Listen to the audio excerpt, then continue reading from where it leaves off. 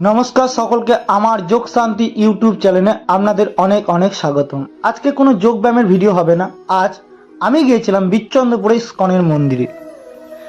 মন্দিরটা খুবই সুন্দর, আপনারা আসতে পারেন। আর কে কে এসেছেন সেটাও কমেন্ট করবেন, আর কে কে আসেননি সেটাও। আমি যখনই সময় পাই চলে যাই এই মন্দিরে।